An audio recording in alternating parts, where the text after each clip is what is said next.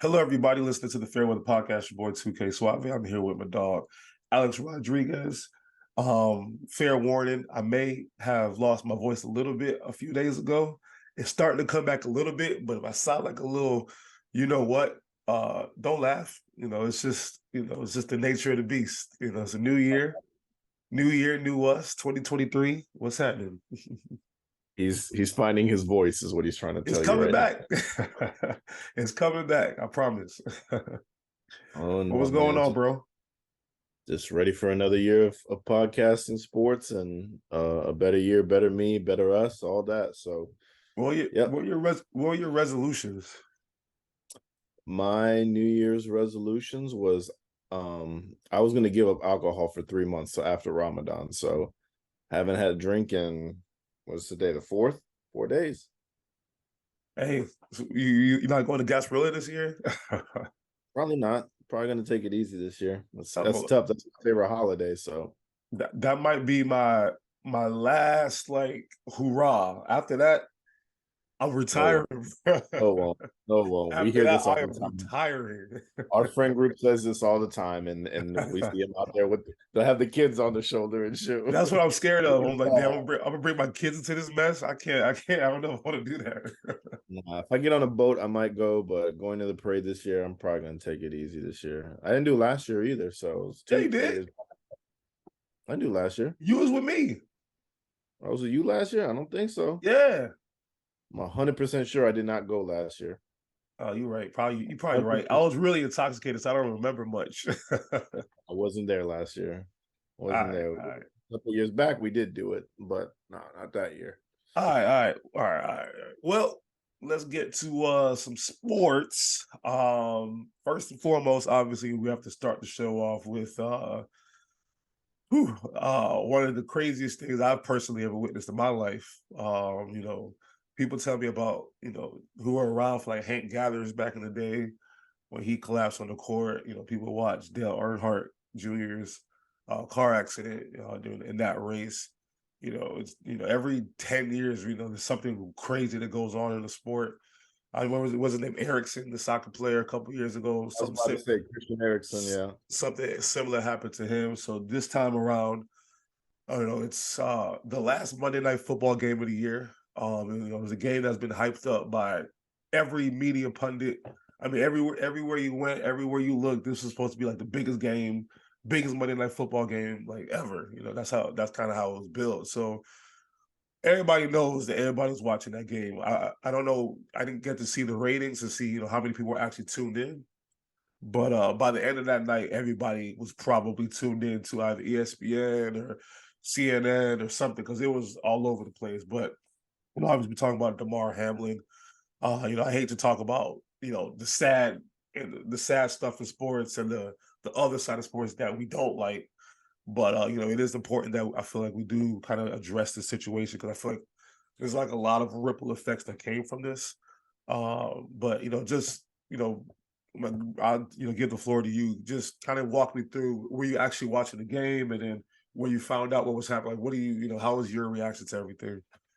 Yeah, it was a game that was, one of the biggest ones of the week, probably the biggest game of the week. We've been talking about the trajectory for the Bengals, how they're just, going up and up and up. Yeah. And this is a test of time. There was a bunch of quotes given by players, like Joe Mixon said, this is they got to come through us. It was, everything was hyped up to be. And it was the first quarter this happened.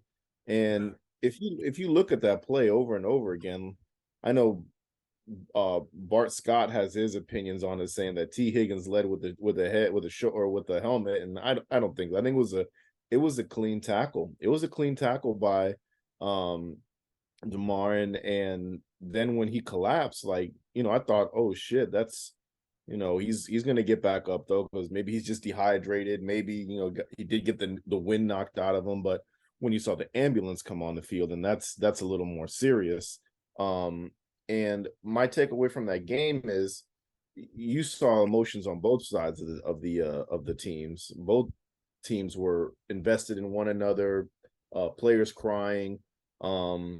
And it's a brotherhood, like, for them. That's something that they know, that they're putting their bodies at risk every day, having to go through that. So seeing somebody um collapse like that, and my only thing that I was like a little upset was it took the NFL, like, Troy Vincent came out and said, "Oh, we knew we were going to cancel the game." I feel like Lying that ass. He's lying his ass off. yeah, and I know you got to do that. You're a brother out there, and you got to, like, say everything you can to, appease everybody. But an hour to cancel that game was just like a little bit ridiculous for me. I was like, this is a little too much right now. This can't go on. If players are crying and things like that, like, this is more bigger than football right now. Yeah. So um I think, obviously the NFL got it right by doing that. Shame on them for it taking so long. But it was shocking to see, and it gave shades of Christian Eriksen collapsing right there and then, on the field from a cardiac arrest. So I wish the guy a speedy recovery. I know every day they're putting out something new about him, and I know, like, his close friend was tweeting about it, and then I don't know if that guy's even his close So friend, I unless you saw somebody. No, it's his agent too. So it's it's legit. Somebody else tweeted something out today as well, just saying like it's starting to show some signs of improvement. The breathing's getting a little bit better. But it's scary, bro. it is scary because football is very contact, and you're throwing your body at full speed into somebody trying to take them down, and adrenaline is rushing, man, and you don't want this to happen to any player, man. It's sad to see. So, like I said, speedy recovery, and um not a good way to start off the new year. That's for sure. By any means, not at For sure. all. Especially with Yeah. what's his name from Marvel. What's his name? The Arrow. What's his name? Yeah.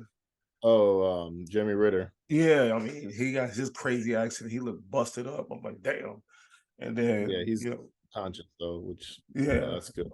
But what happened with Damar, man? Like for me, I had the game on to the side because I was watching. We were watching Jack Ryan. By the way, this new season of Jack Ryan. I don't know if you ever watched Jack Ryan with Buddy from The I Office. can't. He's Jim from The Office. He's Listen, nobody I'm else. telling you right now, that shit is fire. Fire, fire. This season, oh my God, I'm on the edge of my seat, right? So I get through the first episode, I'm looking down, I'm like, yo, why is anybody crying, right? But it was like right after it happened, I looked down because I could see like some kind of commotion because my eyes are not, I'm looking at two different screens. And then I see Joe, I see what's his name, Josh Allen, you're kind of wiping away tears, Stephon Diggs wiping away tears. Players on the Bengals are like shook. I'm like, yo, what the? I'm like, yo, I told my girl, I'm like, yo, we need to put this TV on ESPN. Like, I gotta see what the hell's going on. I feel like somebody died or something. I always said that I didn't really think somebody died. I didn't know what was going on. And I'm watching the footage, and then I watched the play. Nothing malicious about the play. There was nothing crazy about the play.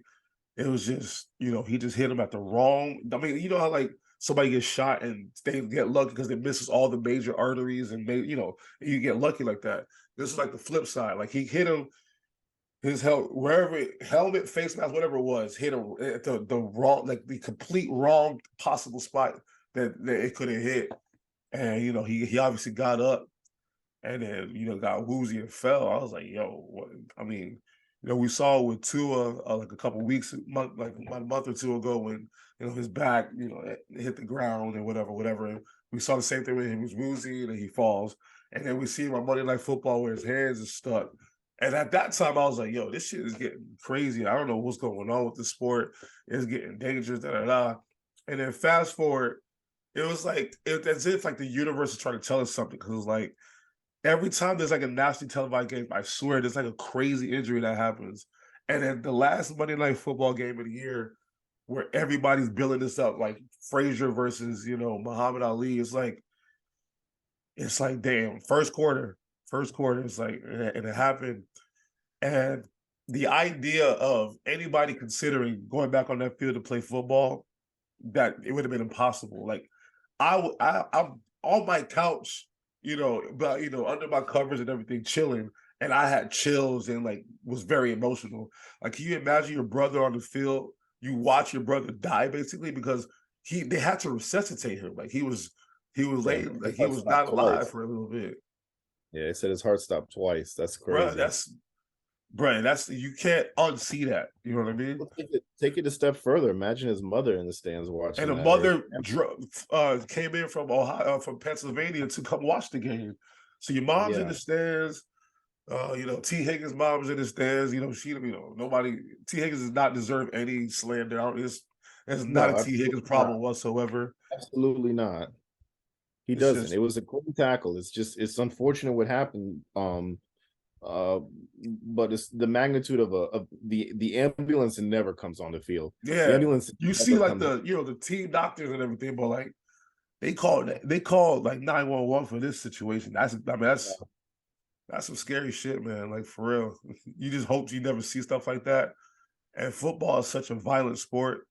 And my question to you is like, I mean, so again, it's a nationally televised game.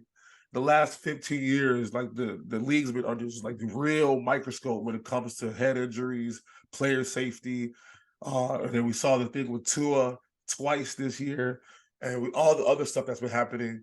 Like what's his name from the Bucks that did it, and they didn't know he was hurt, whatever. And then the other it was like a receiver, the one that Devontae Parker, he like his teammates like, yo, he's hurt, he's hurt. So like we're seeing this over and over and over, and then boom, we see it again to the point in which every media, every news channel, I mean, even Fox News was talking about it. That's how serious it was. They don't talk about anything serious on that channel. So they even talking about it. So it's like, what do you think, what do you think is going to be the ripple effect from this, from like a PR standpoint, player safety, like the rules? Like, what do you think is going to happen moving forward with I NFL? feel like I feel like I don't I haven't dug too deep into this. Like I said, all of this is unfortunate, and the man needs his time to recover and like give his family his space. ESPN is over there trying to get their stuff, Yeah, CNN, Fox, all of that as well. Who don't even cover sports. They just want like the tea on they shit. want the T, of course. Yeah, and that's unfortunate because I'm not gonna lie, I had no idea who Damar Hamlin was before Of this course event. not. 6 round pick. No one really pays attention to Yeah, that kind of a player, but when you see he someone die on the field, it's crazy. no, I know, and I'm not trying to like No, say but anything you're about right. I know what you're trying to say. Yeah. but like people are all out there saying speaking about it, and as they should be, but give the man time to rest, give his family time to rest, let the sports news take about it, like put your little quip out there, and then get your guy out there and then write what you got to say about it. But I mean, I think the ripple effect, and like I said, I haven't been looking in deep into it. I don't know if he has any previous heart conditions. I don't know how it runs in his family. Yeah, I don't know yeah, anything about that. It's hard to say. This is stemmed from the NFL. It was just an unfortunate incident. The way Tua was handled, we all know like the Dolphins fucked that one up. They definitely fucked that one up. And that's your own greed. And I hope it bites them in the ass going in the playoffs. So yeah. and doesn't help He to see ain't gonna that be no play. playoffs for the Dolphins this year. I tell you what. And I call that shit. I call that You shit. did. You sure did. Hey, you know who's laughing his ass off right now? D coordinator with Pittsburgh. What's his name? Brian Flores. Yeah, he's Laughing definitely his laughing. ass off. I hope so. But I don't feel like this is something that's impacted to the NFL. Like I don't feel like they have something to do. This is just an unfortunate event for an individual. And of course I wish the man a speedy recovery, because like I was like in tears too. I was like, oh man, that's some big shit right there to happen. Like that's not a normal thing that you see. Um, and of course it's unfortunate. Um, but the ripple effect is we're going to be talking about this for a couple of days. And I know you'll probably want to touch on it, what people have said about it. And we can feed into that if you want in a little bit, but it's going to be something that's going to be touching. It's so big that Donovan Mitchell dropped 71 points the same night, and you didn't really hear about it at all. Non-story. Nope, Non-story. It was the not even craziest, close. bro. It was so crazy. So crazy. Any other day, we'd be talking about that all night. That probably would have eclipsed the Bengals Buffalo game most likely, but it's an unfortunate, and it impacted the entire sports world. And I'm glad to see people in the sports world that are speaking up about it. And I'll let you say what you got to say about like the ripple effect from it. So, for one, the only reason why I disagree with you from your beginning point is because it's not about the NFL having anything to do with the injury. It's about how the perception of the NFL is already. So the Yeah, perception of the NFL, you can't change like a mother's mind. I'm not letting my son play football. After watching that, there's nothing that the NFL could do to convince that mother that her son is going to be safe to go play football. You know what I mean? Because it's if it's not concussion, it's an ACL. If it's not an ACL, it's a spleen injury, or if not a spleen, like a ripple, a lacerated kidney. It's always something crazy happening in the NFL. And it's no different when it happens on Monday Night Football when the whole world is watching. So I think even if it's not even a head injury, and that's the thing about it. And Bart Scott was talking about it, and Bart Scott got a lot of pushback. I don't think he was trying to come at T. Higgins or anything like that, but the league was trying to deal with players leaning in with the crown and the helmets, right? But it yeah. seems to be more focused on the defensive side, whereas the Mm-hmm. offense, they never get called with targeting, because running backs have to put their hands down to get through the Yeah, little thing. And T. it causes Higgins, you because extra keep in mind, protection. T. Higgins had the ball. He was just protecting himself, but he put his crown You can't down. tackle like a mummy. Like I get Exactly. that. So he was just doing what he's been doing since he was 5. You know what I mean? It's just your if you've never played football before, it's hard to tell somebody to change how they play on a flip of a switch. You know what I mean? Like, that is what I know. Like, I only know how to tackle this way. I don't know how to run this way. And it's I don't know what can happen as of right now from with this season or anything like that, but obviously it's going to get a lot more. And we think the game is getting soft or whatever, and we get sad or angry about it. But at the end of the day, if this same thing happened in 1972, they would have been playing that game 5 minutes Mm-hmm. after it happened, because like it was like the norm back then, because people were not didn't have enough sense to understand that these are real human lives that are putting literally their lives on the line for entertainment. I know they're getting paid handsomely, and that's fantastic, but that 6th-round pick is not making no damn 20 million a year. Probably making Yeah, a no. few $100,000, and the hospital bills going to be pretty expensive. I don't know how much NFL covers with insurance. Like, I hear so many horror stories about the NFL when it comes to insurance and stuff like that with players. So that's another story for another day. But it's going to cause the concussion movie with Will Smith, that caused a ripple effect because it actually happened. And then them watching the movie re-brought that to light. Vincent Jackson with his CTE, Aaron Hernandez with his CTE. It's always like something, something, something. Junior Seau, and now we're dealing with heart issues now. So if your head is not Yeah. safe, and your heart is not safe, and your ankles are not safe, your ACL is not safe, it's going to have to become flag football at some point. It's just honestly, it's. I don't know how much softer they can make a contact sport, but I mean that's where we're at right now. It's just it's a bad time. It's a bad time for the NFL because they haven't had any positive PR in a very long time. Like, let's be honest. Like, Oh no, I agree with you 100% yeah, there. And I agree with thing you said too, like looking at it too, but at the same time, like these kids are playing from when they're young. So you're, yeah, as a parent, you're allowing a child to be violent at a very young age. You're telling them that this is what you want to do. I'm supporting it at a very young age and allowing it to happen. So, my hat goes off to the ones that say, no, I don't want my kids to play this. And my hat also goes off to the ones that are willing to take a risk on their kids as well.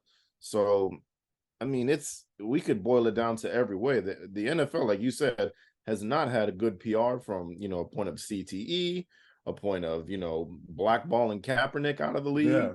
yeah. It's a joke. And Roger Goodell, I guarantee you, he wanted to continue that game. He'd flush his kids down the toilet in a heartbeat. The To thing fucking, about Goodell, like that, they put him in a hard spot right there. Like, what I mean, this is a highly televised game. the Bills for the Bengals to take over first place basically in the in the AFC basically. Like that was like what was potential on the line. And it's like week 17, like it's the only game that's on.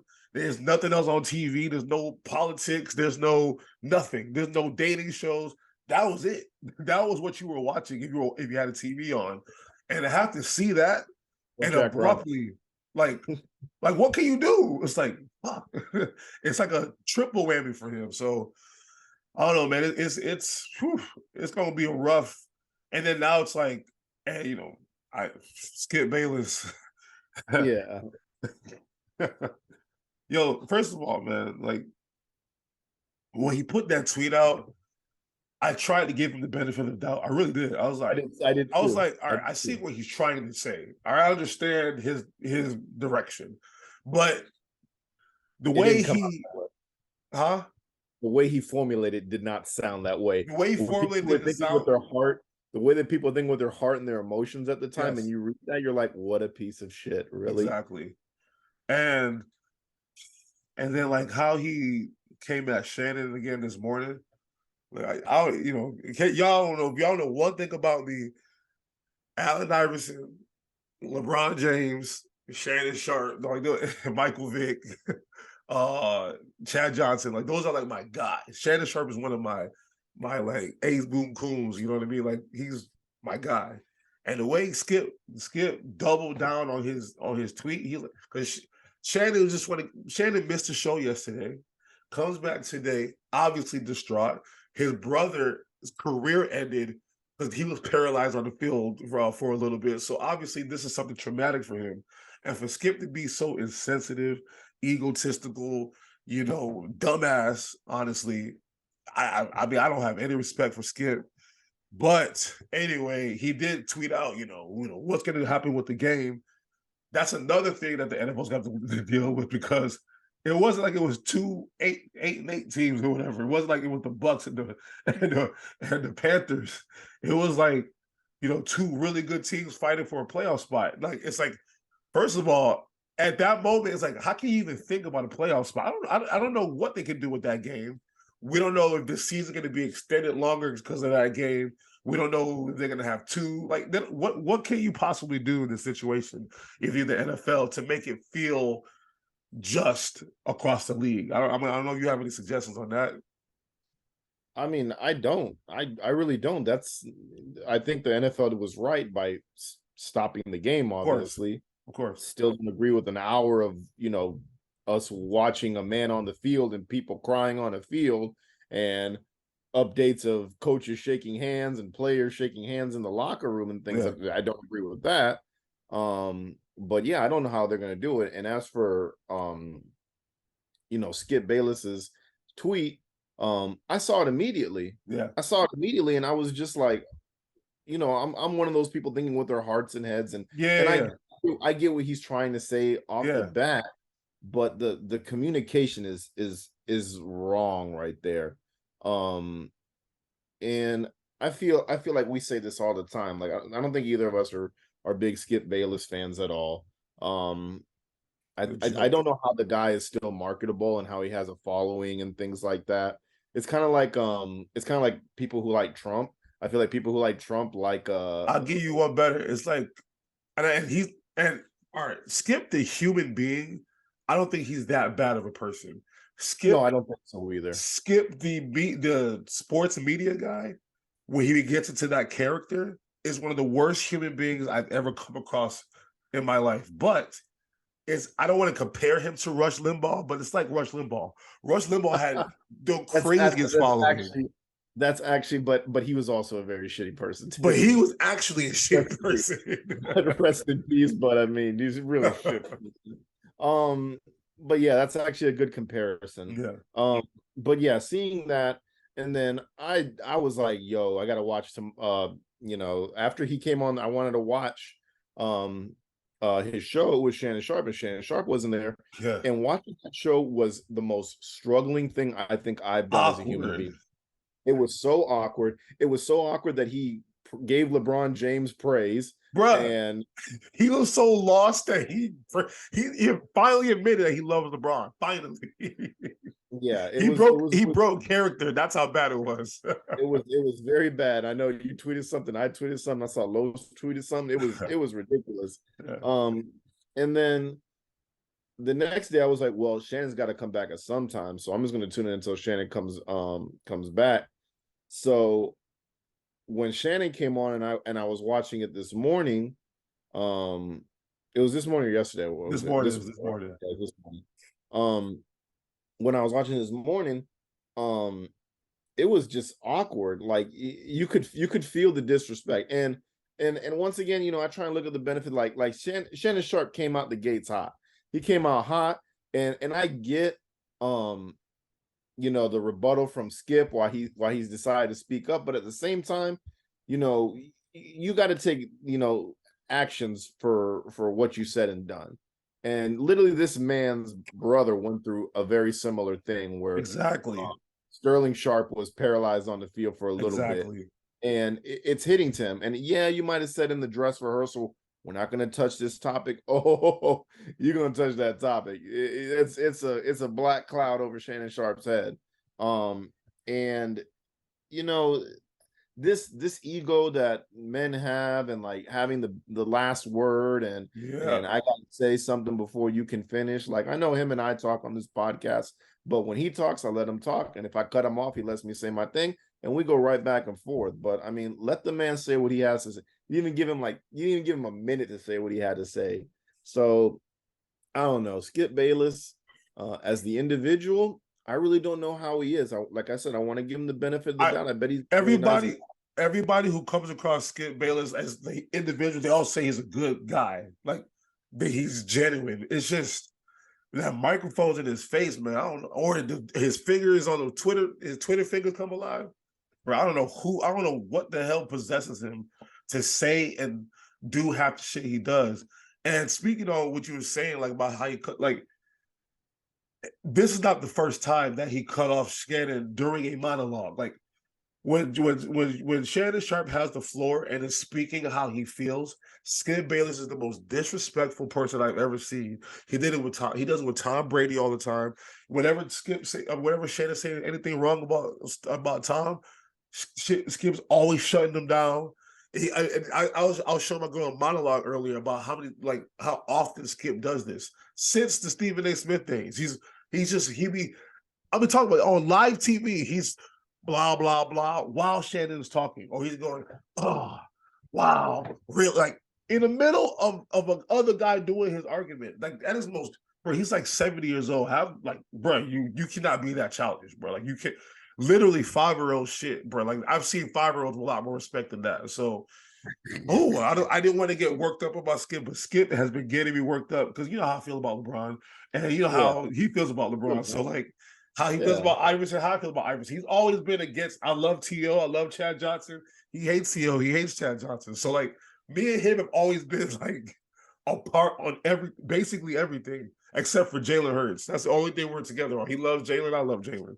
Outside of that, I never see eye to eye with him, and it gets worse and worse and worse as he gets older. You know how old people, as they get older, they become more of what they are. Yeah, they don't give a shit no more. No, I get it, man, but it's just like, be bigger than it sometimes. Like, and even that, like that, when he did the show by himself, he couldn't even say I'm sorry. He couldn't even. That's the problem. That was the biggest problem I had. I was like, well, he's gonna say I'm sorry at some point in the show, and I was like, oh my god, he really did not say I'm sorry at all. Yep. He did not say, like, he does not care about other people's feelings that watch the show that probably agree with him and were like, no, you're wrong at this, man. Like, be the bigger man. Like, you see everybody's like coming together. Even Fox News is reporting something good about it. Yeah. And I'm seeing in the comments Jordan fans, Kobe fans, and LeBron fans all agreeing on the same thing, that Skip is a bum. That was the first time I ever seen everybody for the first time come together and be like, yeah, Skip Bayless has finally lost his mind. He's a bum. I'm like, dang, because you know how separated Jordan, LeBron, Kobe fans, it's like it's a cult following. And they all came together and finally, like that. that meme or that picture where the crip in the blood.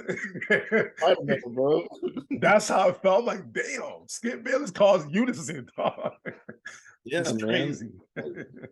It's just unfortunate, man. And I seriously don't know how the guy's marketable still, but They he's ain't gonna gonna get. fire him because people. What did you do? What did you do these last 2 days?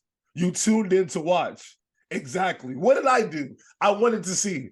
That is why it works because when you like when Kanye says shit about Jews, that's the leading story. When Kyrie Irving says shit about Jews, that's the leading story. I mean, that think about it. When it's controversial, that's the top story. We'll talk about it for 35 minutes.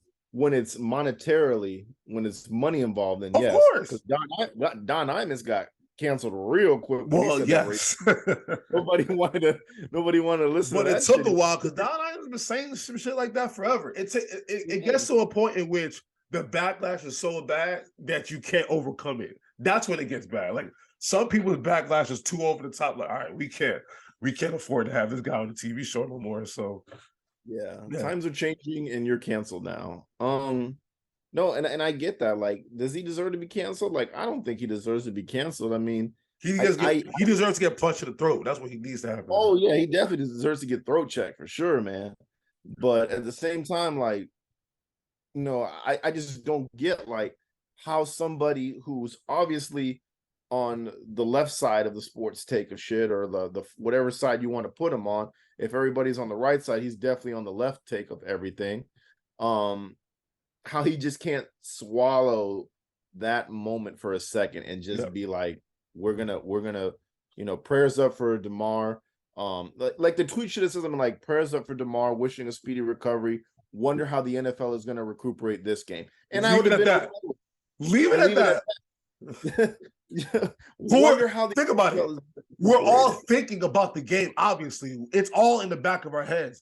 But nobody in their right mind, like I don't think you would. I wouldn't be stupid enough to be like, "Oh my god, what?"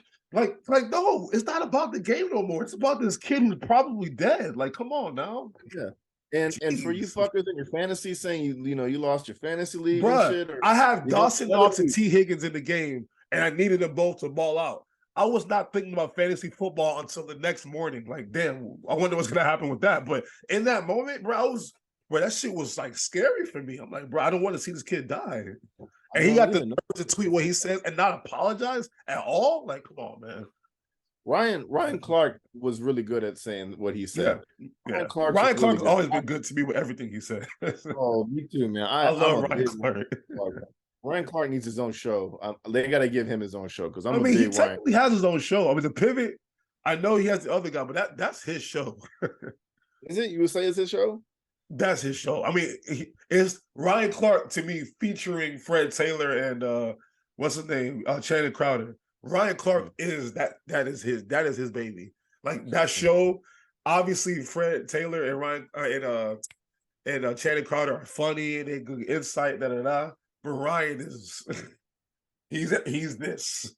Ryan is good, man. Like he's been doing media since he was in the NFL and he was an undrafted player. Needs a show like on ESPN. Like ESPN needs to give him. I know he's always a correspondent for the NFL and shit, but like I feel like he would be good face. I'd much rather him have his own podcast like he does with the Pivot because you can be more free. ESPN, Disney World ain't gonna let you say half the shit you want to say because they go fire your ass.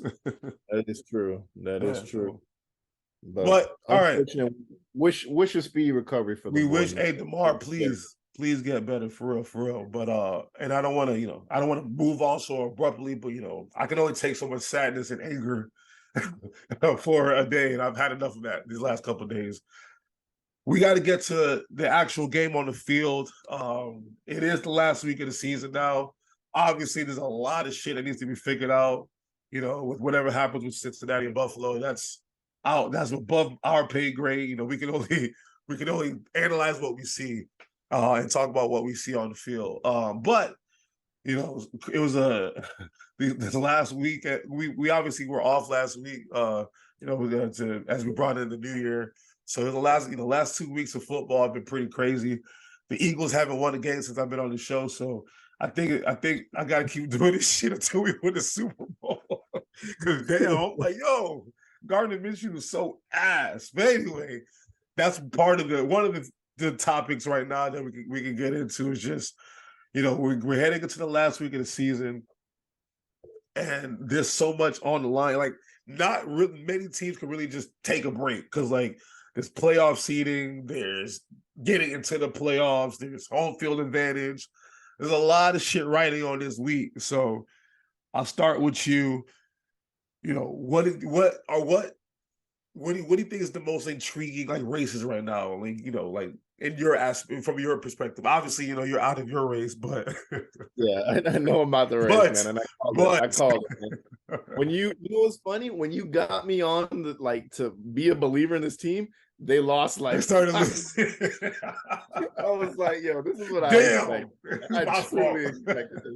No, it's not your fault. It's what we preach all the time, that one player can be cancerous to your organization. And I feel like if they would have put, let the Joe Flacco train ride for a while, would have been good. But you got this kid who's a number 2 overall pick. He's back from injury. Why not ride that train? And it's, they're making every excuse for the kid to be there next year, but I just don't see it. But we're not going to. He's riding for him right now. Huh? They say they're riding for him, ride or die for Zach Wilson. Who is? That's what I literally just saw a report from like ESPN. They say what they say. Oh yeah. I'll let you know in a second. But yeah, continue. Because the only guy I think who ride or die for him be Ozuma. Ozuma 1 week is like, oh, I'm all about Zach Wilson. Next week is all about Mike White. But he can't catch a freaking 10-yard pass to save his life. So. Hey, but you were just praising him the last time we was on the show. You made me praise him. You made me praise him. And I watched him over the and summer. then I watched him miss a pass that they were blaming on Mike White that was up here. Motherfucker's like 6'3", catch that shit. Anyways, let's not stick on the Jets, man. They're out. It's unfortunate. It says the Jets standing by Zach Wilson through hell or high water. That must be the organization, not the team. The organization is in the Robert Saleh said it. Oh, Robert Saleh too. He's not going to come out there and say like, this ain't our guy. He knows damn well that's not his boy. He knows damn well that ain't his boy. But Robert Saleh is a class act, and if they get rid of him, I'm out. They won't. He has to stay. If they get rid of him, they're done. Y'all are done because he's what's making y'all shit work. It's just he's quarterback's been fucking y'all up a little bit. It's a quarterback away, man. Yeah. But Jets are out. It's unfortunate. What's intriguing to me is what I say, or actually what I've been saying every year and then corrected myself last year. He's a bad man in the regular season, bro. I want that man to get into the playoffs, man. Man, that man, like... Because, if he gets into that playoffs, he plays the 49ers probably. I want to see that. Mm-hmm. I want to see that. Like nobody's been talking about Aaron Rodgers at all this year. Like last year we got so much buzz with the MVP, with him losing to the 49ers, obviously with Devontae Adams leaving in the offseason, there's buzz. And all we've got is like, oh, they're not good because the receiving core. Well, he's making the receiving core tough titty league. He's back. Yeah, exactly. So it's like, you can't cancel this guy, man. You really can't, because he's that good. And I think, honestly, the running game is just finally woken up, too, because those two guys aren't slouches. They're good running backs, and they've just been playing not their normal caliber football. But to come in there and beat the Vikings, handily. Like fucking bare ass there, man. I feel bad because I saw Los over the weekend. He was in his Vikings jacket, and shout outs to Los, man. He's going through an ACL injury. But I'm sorry your team got spanked that bad, bro. I laughed. Bad. I was like, damn, Aaron Rodgers don't give a shit about y'all record. our other favorite listener, Nick Wilk, at least he's come back alive to being a Packers fan now. But I think that's the most intriguing one for me right now. That or your division, because the Cowboys are just like coasting. They're just like, they're doing this. No damn Cowboys. Gardner Minshew almost. I know you're not, but like Gardner Minshew almost waxed their ass if he didn't know how to. If he knew how to hand off a football. Oh no, I know that, but like he didn't have a bad game that game though. He's the reason why we have 4 turnovers, in my opinion. So Jalen Hurts would have not made any of those mistakes. Dead ass. I do remember someone saying Minshew should be the starter beginning of the season and not having a lot of trust in Jalen Hurts, but that's another story for It another wasn't me. day. Mm, I never said that. Gardner I Minshew over Jalen? Nah, don't know, man. You said Jalen you my weren't boy. sold on it. Jalen my boy. But if y'all lose the next game, the Cowboys win. Don't they We leapfrog ain't you? losing to the Giants. We'll see, man. After what Kayvon Thibodeau bum ass did on the field next to Nick Foles, Oh my yeah, Super Bowl winning quarterback, that was my pretty shitty Super of him. Bowl winning quarterback. And I'm a big Thibodeau fan, man. I didn't like No, that though. no. After that Bush League move on Sunday, I don't give two shits about Kayvon Thibodeau. That's bro. We just saw him on Monday Night Football. It's a brotherhood, bro. Like we all come together when the player gets hurt. And this dude doing snow angels while the dude is yelling right next to you. Ah, I'm hurt. And then he goes to the sideline and goes to sleep. And then he triples down, and then laughs at a tweet or something and retweets it or some shit like that. Nah, I'm all the way out on Kayvon Thibodeau. I'm so happy he's with the Giants now because I can hate him. I can even hate him even more because that's bullshit. As a competitor, I would never laugh at somebody else getting injured. I don't give a shit who it is. Oh, absolutely not. My worst enemy team. It's just a game, and like I be seeing people in the stands like break his leg. Da, da, da. I'm like, all right, how about somebody come to your job and say, let's break your leg? You know what I mean? It's just we forget that these players are not property. They're human beings. They're literally human beings that breathe the same air. What do I say all the time? Modern slavery, bro. Bruh, my heart, I've been on some anger shit in the last couple of days. I need to calm Zen. I need to go put some sage in this room or something because that Kayvon Thibodeau thing messed me up. Man. I was like, bro, I saw that his big ass.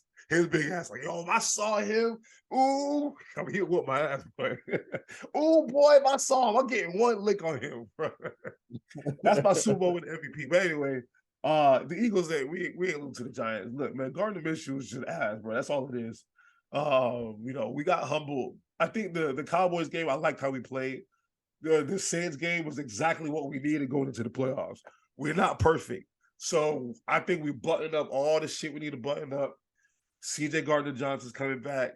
Lane Johnson will be back for the playoffs. Playing with that man playing through like a torn abdomen. I mean, that's God bless him. You know what I mean? But our Josh Sweat should hopefully be back. He had a neck injury, which was scary as well. That's another scary. But I'm seeing too many scary injuries on the field. But anyway, I think if we can win against the Giants, bum ass Giants, and that one means something to me.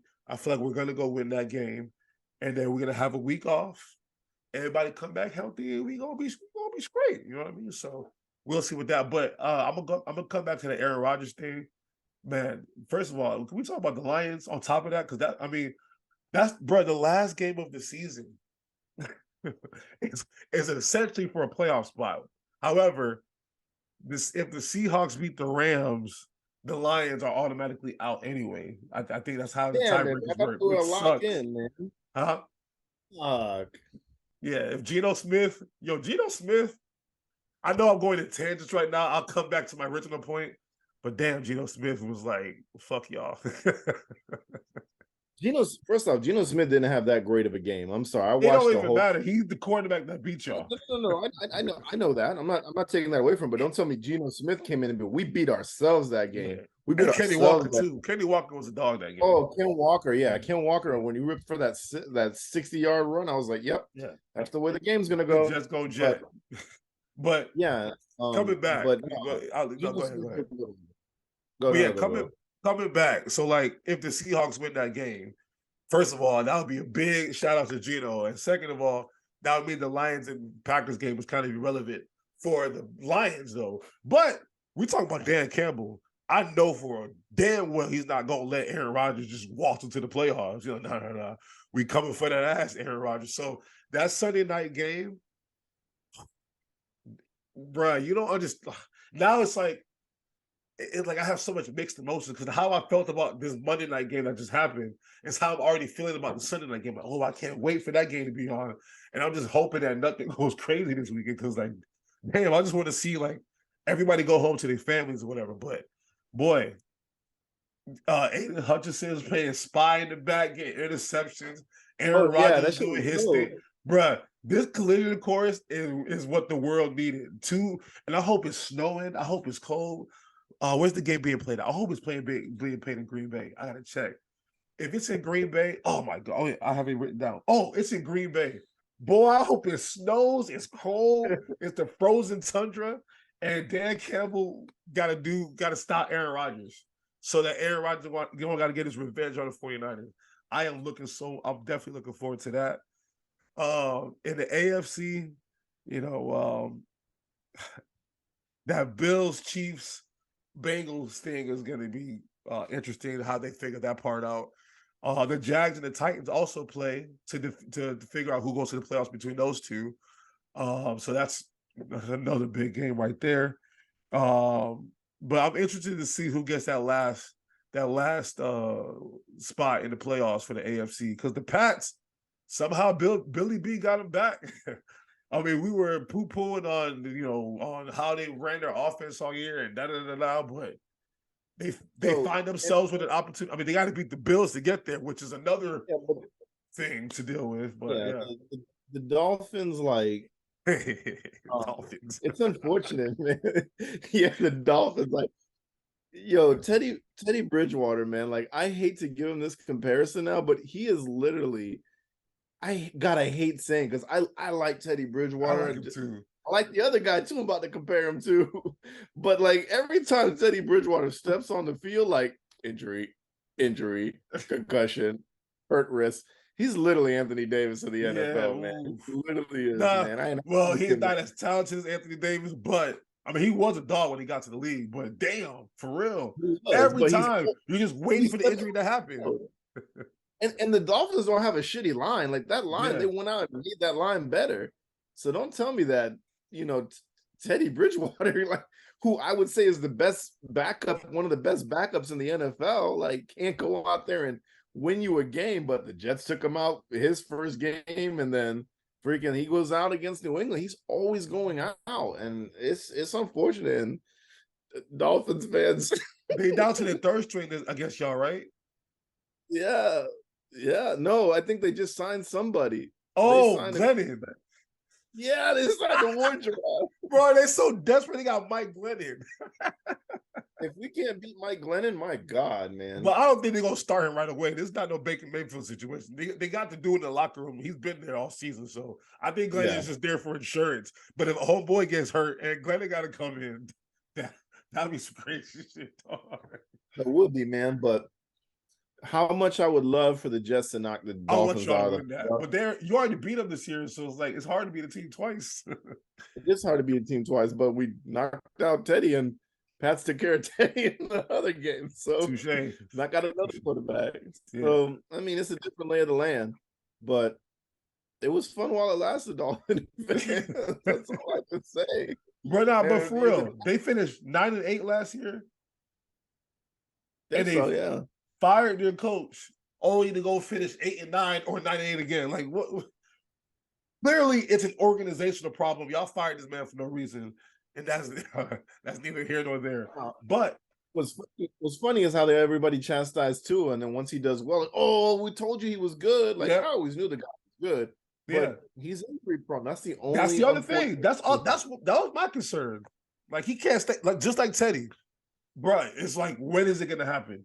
Same thing with AD. You're right. Every time I watch AD, it's like, unfortunately, that's how I feel about Embiid as well, and Zion, who are both out tonight. Zion out for the next 3 weeks. Every time I watch AD, Joel Embiid, Zion Williamson, Tua, and Teddy Bridge, it's like, I wonder what play is going to be this game.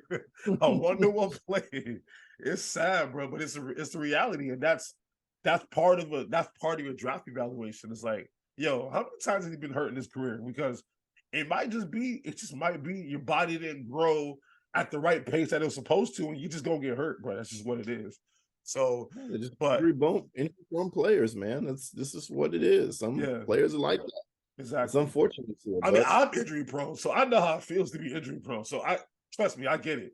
I have no chance to get into no professional sport because I've always had something wrong with my body. So I understand, but I understood that in high school. I didn't need to go put my body on the line in the NFL or NBA or anything, but obviously I wasn't good enough. But anyway, speaking of former Dolphin coaches, Brian Flores is on the Steelers, and I just want to give a moment to really, and we talk about this man all the time. Mike Tomlin is honestly the most underrated professional sports coach in the history of sports, in my opinion. That team has no business being 8-8 right now with a chance to make the playoffs. I mean, literally, they have a chance to make the playoffs. How? With Kenny Pickett? What has Kenny until that last drive against the Ravens on Sunday Night Football? What has Kenny Pickett done this year? He beat Tom Brady, but he looked horrible that game. I mean, what has Kenny Pickett actually done this year? That's like, Who hasn't beaten Tom Brady though? Who hasn't beaten right? Tom Brady? Oh, the Bucs are ass too, can man. Can I go on my tangent again? I'm sorry, because you No, had to bring them up. Because if you're not gonna do it, I'm gonna do it. The way y'all on Twitter, you Buck fans, I don't understand if you know how much I despise y'all, right? Like y'all always, oh my God, man, I'm getting worked up today, man. The way y'all be talking, I try to subliminally like attack every single one of y'all every single Sunday. Y'all want to blame Brian, Brian Leftwich and Todd Bowles for this, that, and the third. But when everything's going well, yeah, we're going to the Super Bowl. Nobody wants to play us. No. I mean, literally, first quarter, man, we don't deserve to make the playoffs. We suck. Fire everybody. Tom Brady needs to retire. Literally, 2 quarters later, nobody wants to play us. We're going to the Super Bowl. They're already planning the parade. I'm like, bruh, y'all are the reason why there's fair weather. Y'all are the definition of the most fair weather fans I have ever encountered in my entire life. But not only are y'all fair weather, now there's new Tampa fans, because all these people that just moved here in the last few years, they all of a sudden they Buck fans too. And they quiet all season, and then out of nowhere, they just boisterous. Oh, bro, y'all are disgusting to me. Y'all don't know what the hell y'all talking about. Go ahead and listen to your dumb shit that y'all listen to. It's bro. I tweeted something about like Tom Bowles and what's his name last week. I don't know if you checked my page. That shit went like kind of viral. I'm like, I don't understand why, because I talked about why does nobody want to put blame on Tom Brady? Listen, it's okay if you play bad. Tom Brady has had more bad games this year than good games, right? But when he's playing bad, it's always the coach's fault. When he's playing well, it's always Tom Brady, is because Tom Brady's Tom Brady. Make it make sense. If he's playing bad, he's playing bad. He's had every coach in the world. He's had 23 years of experience. He's had bad games, okay? When he doesn't have a good offensive line, he's not a good quarterback. It's plain and simple. The Giants have proven that twice in Super Bowls. The Saints have proven that plenty of times over the last years. When you can get to Tom Brady, he's not mobile, he's slow. He's going to get sacked, going to get frustrated, and start being inaccurate with the football.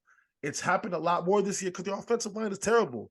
But they want to blame Todd Bowles and Brian Leftwich for them having a horrible offensive line. What can they do about that offensive line but get better players? That's it. That's all they can do. And hope that the ones that are hurt come back. But no, it's their fault. No, bro, it's y'all. Listen, at the end of the day, Tom Brady had a bad year. And his bad year is better than a lot of people's good year. But for Tom Brady's standards, he had a horrendous year. Okay, so let's just keep it a buck. Tangent over. I'm sorry, but the man, y'all Buck fans get on my nerves. On my nerves. Yeah, but Mike Tomlin is a dog good coach. He is a good coach. And shout outs to Mike Evans for 9 years of 1,000-yard season. So that's the only Buck I like. So bruh. And I'm happy for that. That dude is underrated. I'll give him that. If Tom Brady didn't give him those numbers, I swear to God, I was gonna hate Tom Brady and say Joe Montana is better. Because Joe Montana would not have let Jerry Rice not eclipse 1,000-yard seasons like that, man. Because we finally got the Mike Evans sighting since the first 3 weeks of the season. One thing I like about Tom Brady, if you are close to an incentive or close to a landmark, he will force feed you as much as he possibly can. And I've seen him do that for years. I mean, from the Deion Branch days, he's always like, if he knows you close to something, he gonna get you. He does it himself. If he knows he's close to something, he gonna get his own too. But he's I give him credit on that aspect. He's always been like that. So definitely big ups to Tom for that part. But you didn't play well this year, and your wife left you because you're an idiot. So it still smells bad. Everybody's so happy that you guys barely beat the Carolina Panthers. Everyone's all up in arms because you barely beat the Carolina Panthers. The 5-9 or some shit like that. They getting crazy over that, bro. I lost my mind when I was reading these tweets on Sunday. I swear, I'm like, bro, y'all just beat the Panthers, and if your punter wasn't athletic, y'all would have lost again. Like, come on, Buck fans. Oh, you think they're gonna be one and done? They got the Cowboys. You think they could beat? I mean, I think they could beat the Cowboys. What you think about that? I don't know, bro. I just want Tom Brady to get out of the city, bro. Like, It's I'm gonna over be a Tom. home game, so it's gonna be here. Everybody's gonna be chirping. I know that's the sad part. Fucking losing record with home field advantage. Well, they're 500 now. We'll see if they beat the Falcons on Sunday because the 17 game schedule is kind of weird or whatever. But all right, anyway, moving on. Who do you got making the NFC? That last spot in the NFC. So right now, in the hunt, it's the Lions and the Packers. So whoever wins that game is getting in, or the Seahawks have a chance as well. And in the AFC, we got the Jags versus Titans for that spot. And then you got the Pats, the Dolphins, and the Steelers. So who do you think is locking up everything right there? I want Dan Campbell to get in. My heart wants Dan Campbell to get in, but So you think the Lions can beat the Packers on the road, on a national stage, Sunday Night Football? My heart says Dan Campbell. My intelligence, my mind is saying Aaron Rodgers is a bad man in the regular season, and we haven't talked about it this year. So I think the Packers are going to get in. I'd love to eat crow on that one. And I think, I would love for Mike Tomlin to get in, but I think it's going to be Bill Belichick and the Patriots. They're playing kind of hot football right now, so they're playing the Bills, and that's the other weird. That's why I didn't want to. So we got pickups later. I purposely did not put that game on the thing because like they got to play the Bills. I mean, what are the Bills supposed to do? You know what I mean? Like, I have no idea how to answer that question because that's the schedule. The Patriots and the Bills are supposed to play on Sunday. So like, could that affect anything? Or what if they can't play? You know what I mean? Like, they forfeit the game. Is that how it works? But how do you penalize them for what they're? It leads to so many different like storylines that I don't even know if I have the heart to speak on because it's just who knows? Like, think about it. The Ravens and the Bengals play, right? That's a big game for both of them. The Pats and the Bills play. That's a big game for both of them. So it's like I have no idea. Like how to approach that question because like, damn. Yeah, it's tough. I don't know. I mean, I would say the Pats would get in and be the team, but if the Steelers can squeak in, I would say that's the team I'm going for.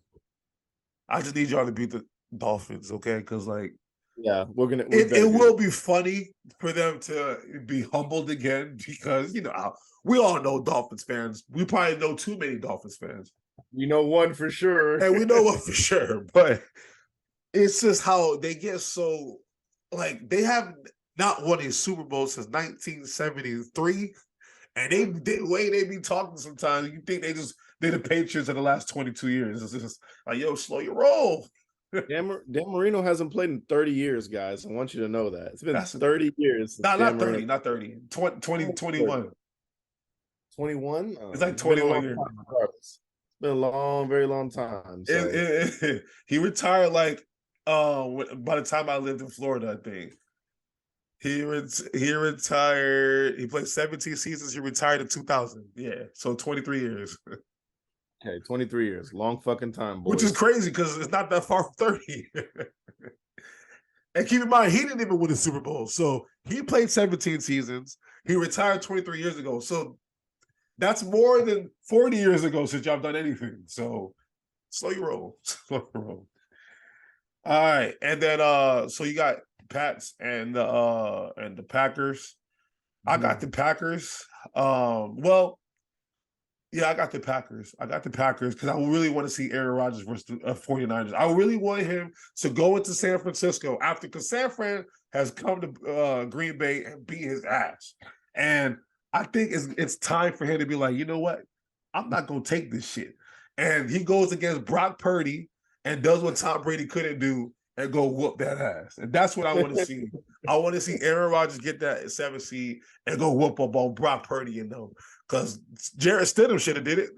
Jarrett Stidham had him on the ropes. So if Jarrett Stidham can do it, I'm going to put some faith in that bad man, Aaron Rodgers. He hasn't annoyed me this year saying any crazy shit off the field. So I'm back in his camp for right now until he annoys me again.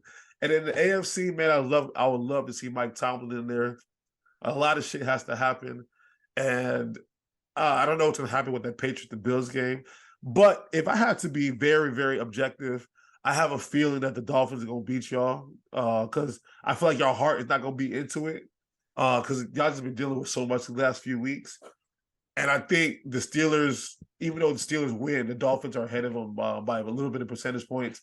And I don't know what's going to happen with the Patriots and Bills game. But if they do play, I still think that Josh Allen will take out their frustration on Bill Belichick. So I'm gonna let the Dolphins get that spot. But I would like to eat crow, like you say. I would love to eat crow on that one as well. All right. And then kind of wrapping up the NFL talk before we kind of just jump into the NBA real quick. Obviously, the season's not officially over yet, but by the time we come back on again, the playoffs are gonna be set and we'll be starting the playoff season.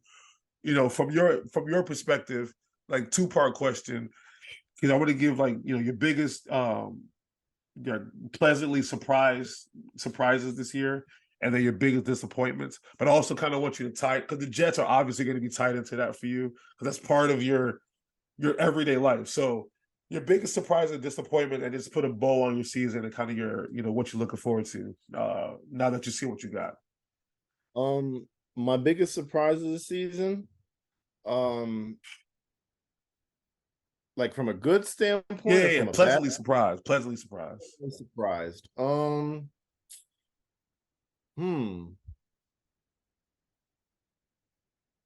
don't know. God, you put me on the spot too quick before I could even really think about this. I would say the Seattle Seahawks for me, because we were going up and said they were going to be ass. They were going to be They're really, supposed really to be ass. That's what we thought. Yeah, and they're on the verge of making the playoffs. And the other one I would say would be the Jacksonville Jaguars, because we obviously knew there was cancer in that locker room, and all that had to happen was get the right guy in there. Dougie P, baby. Dougie P. And good things can happen, and they're knocking on the playoffs too if they can beat the Titans. So those would be my 2 positives. My 2 downs on the season would be the whole AFC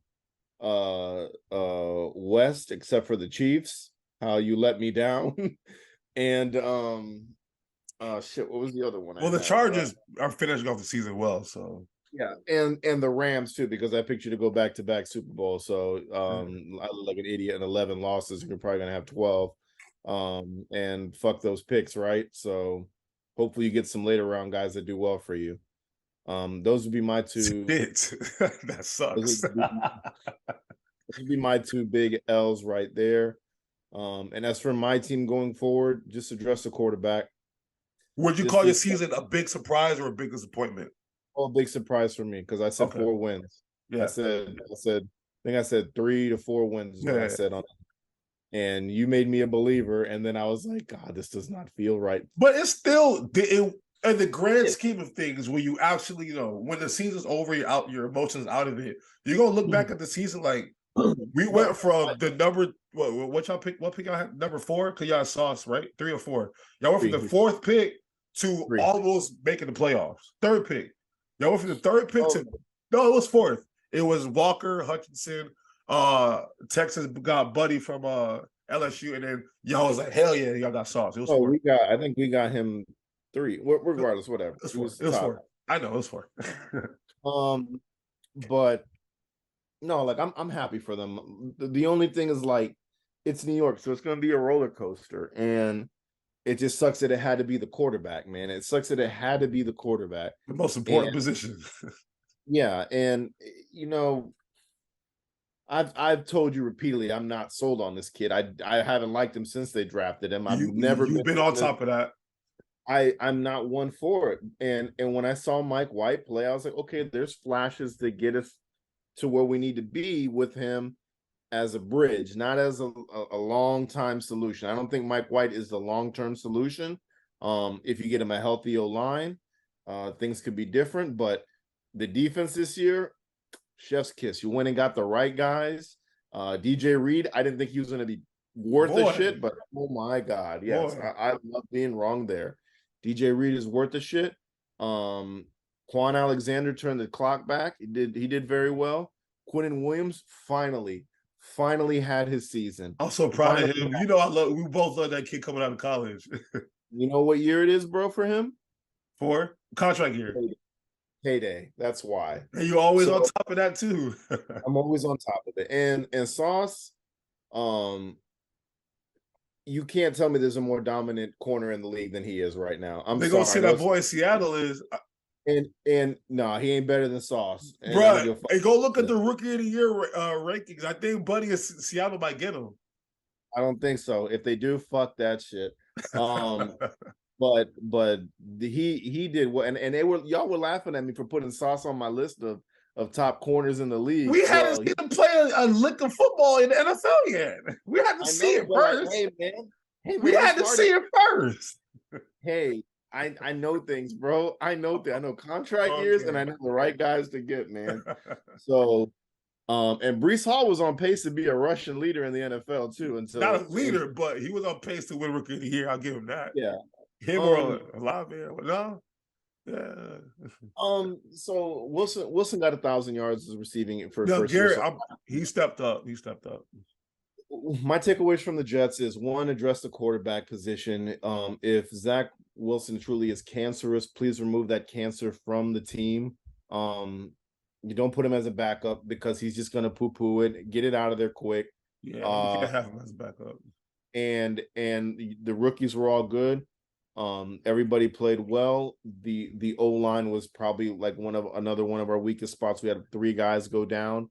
Bektai's supposed to come back. I don't know if they're going to give up on him or not. Salah said beginning of the year, we're not giving up on the kid. And he tweeted right after the game. He said, "I'll be ready next year." And you said that this year, bro, and you got hurt. So we'll see what happens, man. Just lose some weight. But I'm excited for next year. New York looks actually intriguing to play at. Like, I feel like players want to come play there for Sauce, for DJ Reed. At least a quarterback. That would be a good start. Yeah, we'll see what happens. I'm curious to see who it's going to be. Not Jimmy G. That's not what I want. Or Derek Carr. That's what it's going to be. You know the Colts. You know the Colts are going to make a run for Derek Carr. If they don't draft C.J. Stroud or Bryce Young, they're going to make a run for Derek Carr. You know that. All right, I'm looking at y'all free agency, who y'all might be losing.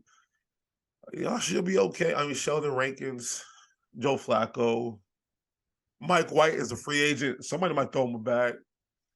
Pennies. Nah, they won't. Too small sample size. Somebody gonna throw him a bag. You remember Matt Flynn? Remember Matt Flynn? He had one good game for Green Bay, and Seattle threw him $40 million, and he still couldn't win the job over Russell Wilson. One good game, and they threw him a bag. If they throw him a bag, like, more power to him, man. I'm happy for him, but I think his sample size is too small. Yeah. So we'll see. But y'all basically a lot of your team's still gonna be there next year. So that's definitely your main players. So that's definitely something to look forward to. Now for me, my biggest surprise, I didn't want to say Seattle. I gave it to actually specifically Geno Smith, because I ain't never seen that man throw that ball like that. I've never seen that man throw the ball like that since college. Because remember, in college, he was fantastic in college. And in the league, I don't know what the hell happened to him, but somehow, that man this year, bro, he a Pro Bowler, and he deserves to be in the Pro Bowl. Like, it wasn't like it was a sob story. Oh, no. He's played his ass off this year. And obviously when you have DK Metcalf and what's his name, you're gonna have a chance. But like it wasn't looking like that last season when he was filling in for Russ. So I don't know what happened this summer, but I'm very, very surprised by his level of play this year. Um, and then Jamal Williams, man, that man got like 18 touchdowns or whatever. Like that, I mean, that's baller. So, what I feel like his speech on Hard Knocks over the summer, that ignited the whole team to be where they're at right now. That's why to me, I give him like the team MVP. But speaking of Hard Knocks, really quick, did you watch the Cardinals one that's been on? I have not watched any of those episodes. Everything that we've been saying, like, yo, there's something that's not right. Like it's off. You can see it there. You can see it. So I thought about watching them. I'm like, that's gonna be messy because you can see it, bro. Like it's just something is dysfunction in there. So I believe that. But on the flip side, you have a Jamal Williams, and that locker room looks like they close knit. You know what I mean? So I feel like Gino got Seattle close knit because Russell Wilson did not have that ability. Like once Legion of Boom was gone, that team gave up on Russell Wilson, and I feel like they've gravitated towards Gino.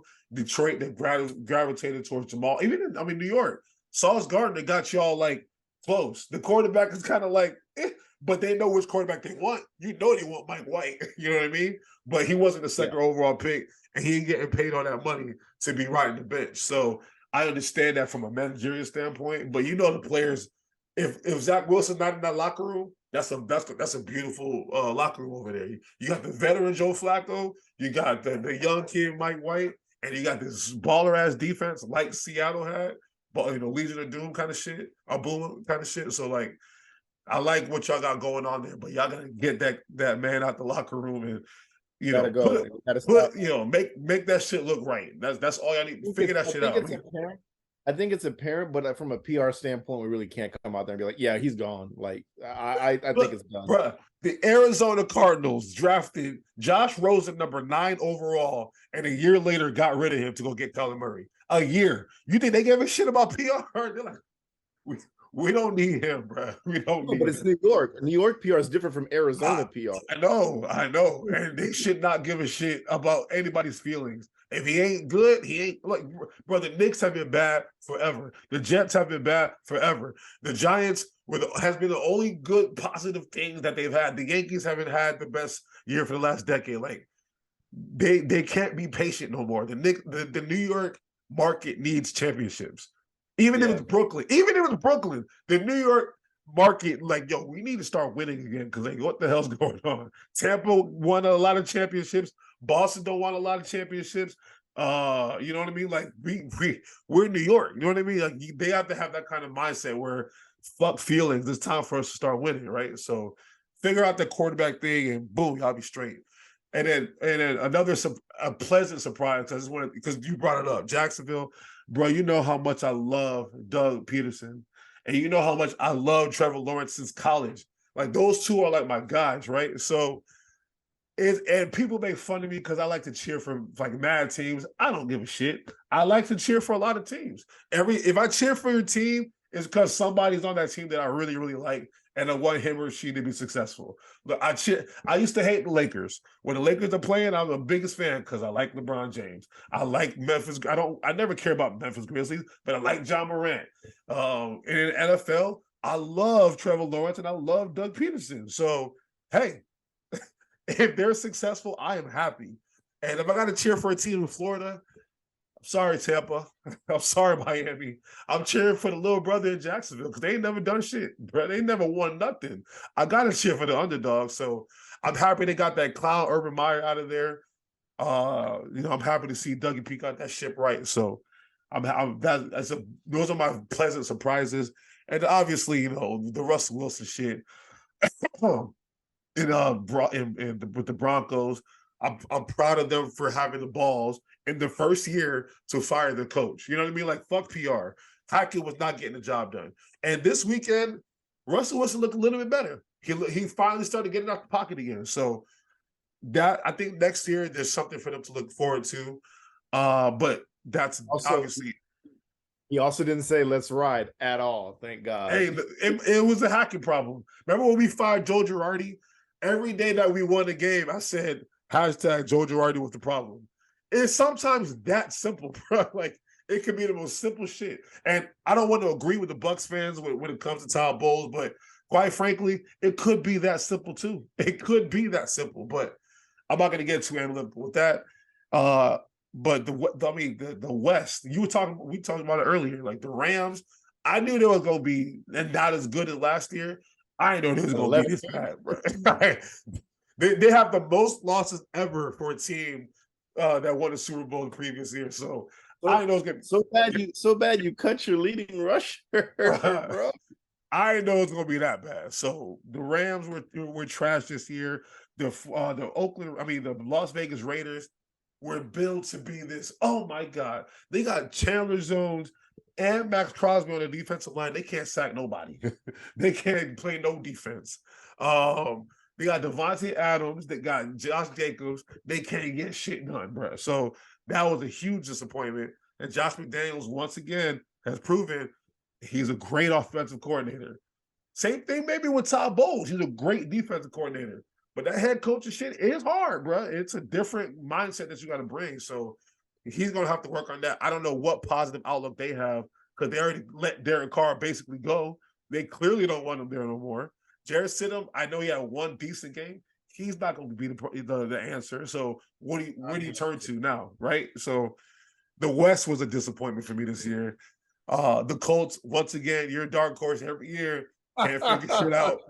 I'm done with him, bro. Next year it's gonna be Derek Carr. Not gonna work. Nope, not year gonna after work. that, it's gonna be Tom Brady for one last swan song. It's not gonna work. It doesn't work, bro. It doesn't work. And then And then Dolphins. Man, y'all were 8-3. What happened? What happened, dog? Y'all was 8-3. How the hell y'all was 8-3 and y'all about to miss the playoffs? Y'all better win this game on Sunday, man. I tell you better win this game on Sunday.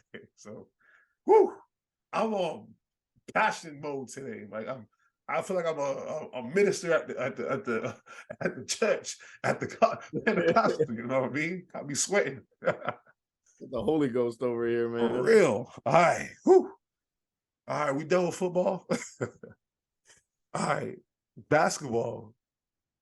NBA is heating up.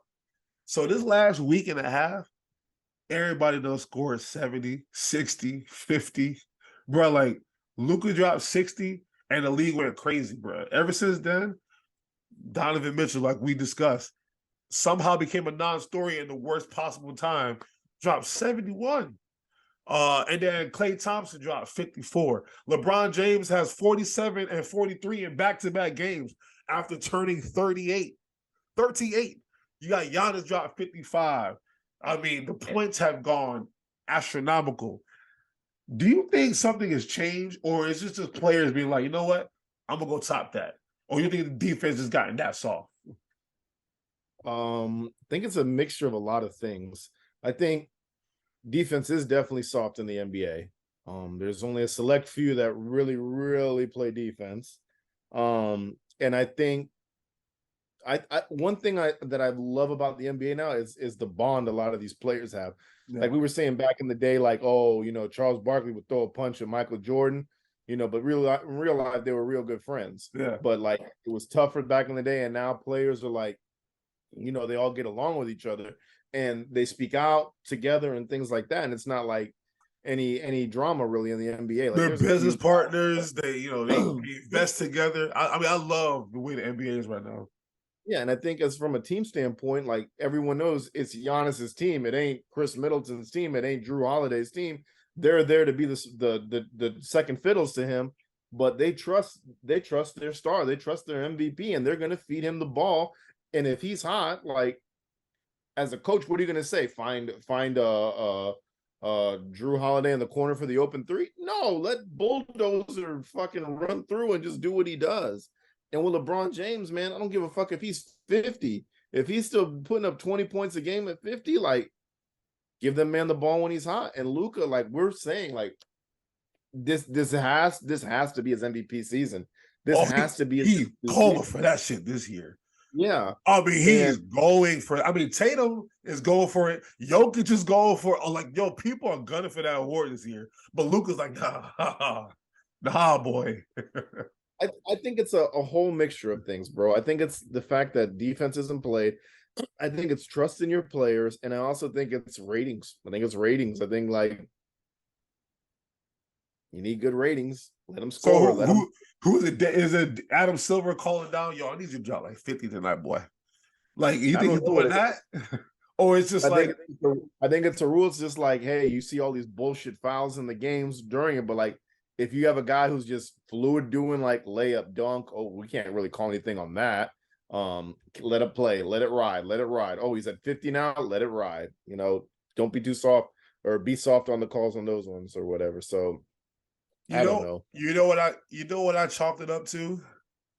I think for like the first time in a very long time, it feels like this is the most balanced. These last couple years is the most balanced the NBA has been since before Magic and Bird.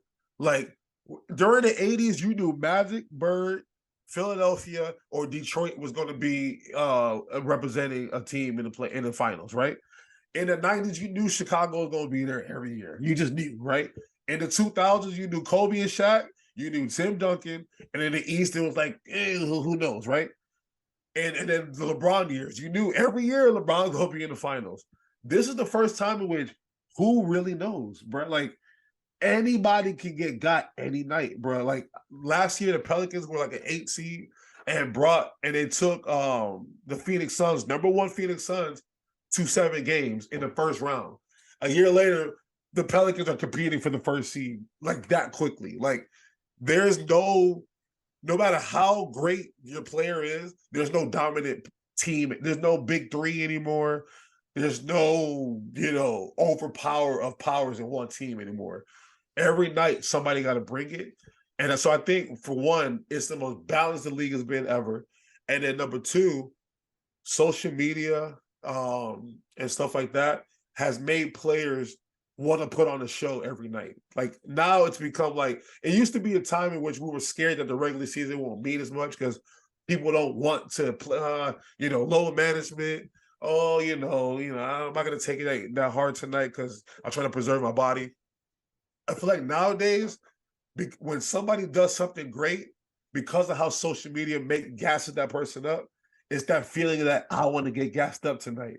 So it's gonna be like that until the end of the season because like we're in this world with you know how like that you see the funny videos where like you see like a cute chick on the side and then they start turning up like like like Tyler Hero or some shit like that or Austin Reeves like, oh, I'm about to turn up, or what's his name, what's that guy that every girl likes that plays with the eyes or some shit, whatever, Oubre.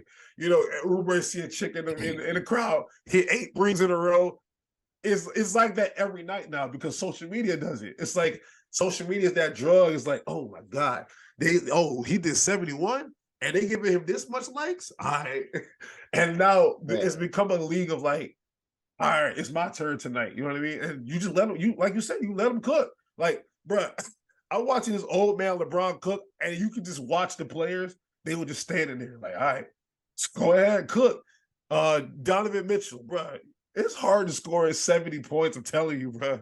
That man made it look easy. Luka getting 60, 20, and 12 or some shit like that. Like, even slow as Jokic, I can just see that fire in his eyes, like, oh, I'm about to kill y'all tonight. It's just, Embiid does it, Harden does it. It's become a league in which when it's time to cook and you about to get a lot of impressions on Twitter, oh, you about to blow up tonight. So I think it's just, I like how it's headed though. I mean, the numbers are astronomical and it's crazy. It's weird to me because I'm a defensive guy, but I like to see it and now it's like the NFL starting to end. So like, when the NFL is like slowing down, the NBA got to pick the level of play up because the TV is going to be on them after the Super Bowl. So I like where it's headed. We'll see. Do you think someone's going past 81? No. Let alone, we're not even talking about 100. You think someone's going to get 81? It's tough. I don't think so. Bro, we didn't think nobody could break Oscar Robertson's triple-double record, and it got No, destroyed. it did horribly. Anything is possible, man. Anything I is mean, possible. it took 2 overtimes for Donovan to get that 71. Luka did his in regulation, I think. That was 60, though. Who else? Oh, Booker has 70, but how many? I think that was 4 quarter. 80 is hard, bro. I don't know. I don't think it can be. It's going to be done. No, it's going to be done. The way they shoot the 3 ball, somebody gonna do it. So I don't know. But Could happen. I don't think it'll be anytime soon, though. yeah, probably not. Yeah, we'll see. We'll see. But maybe Tatum. Maybe Tatum. But let's real quick. How you feeling about your Knicks, man? It's been a up and down, like a little roller coaster for y'all, right? You just said it. That's all I gotta say. Up and down roller coaster and injuries that just happened. What do y'all think? What do y'all think you need to do to? I mean, I don't know how you feel. Like, do you think it's a decent season? I mean, you have a winning record, obviously, but like, what do you think needs to change, or what? Like, I don't catch too many Knicks games, so I really don't know what's going on over there. Should have got Donovan Mitchell. That's all. Like, he's trying to be Stephen A. Huh? Hey, You're right though. Garland is. I mean, what's not Brunson is good. But can you imagine Donovan Mitchell in that spot? Oof, boy. Oof. Donovan Mitchell, put him as a shooting guard. Make RJ the small forward because he can play all 3 of those positions. Make Julie because they don't know what they're doing with RJ Barrett right now, and that pisses me off. That's the one thing it fucking pisses me off because I feel like they're trying to fizzle him out, and I'm like, why? Because you want to see McBride play because he scores 30 points and when you're like, oh my god, McBride, get rid of that guy. Get something lucrative for him right now. I'm telling you, get something lucrative right now. Strike when the iron's hot.